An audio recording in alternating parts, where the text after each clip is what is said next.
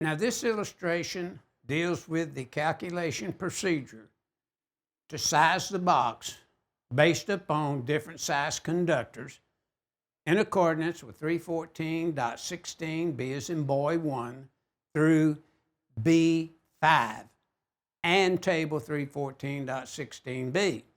Now the problem has a question. What size octagon box is required for a 12-2 AWG with ground cable and 3 number 16 AWG fixture wires?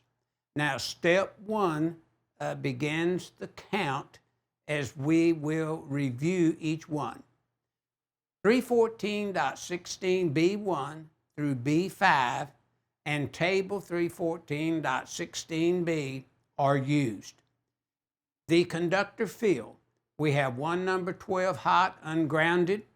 If we go to table 314.16b, that's 2.25 times 1, giving 2.25 for the square inch area, not the square inch area, but the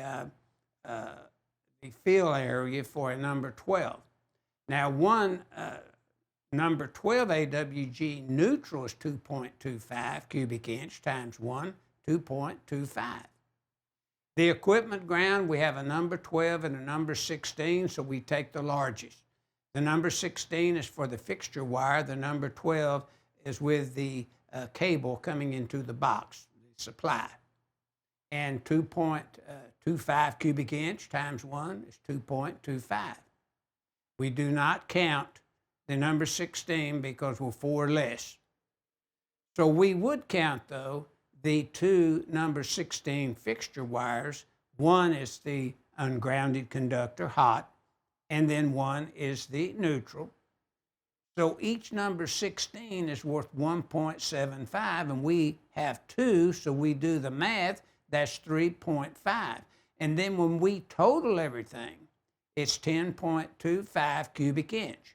So step 2, we select the box, table 314.16a, and 10.2 cubic inch area that we see there, fill area, requires a 4-inch by 1.25 inch box. So the solution and answer is a 4-inch by 1.25 inch box, octagon box, is required because we have different size conductors and we're selecting the cubic inch rating based upon the total cubic inch of all these conductors added together.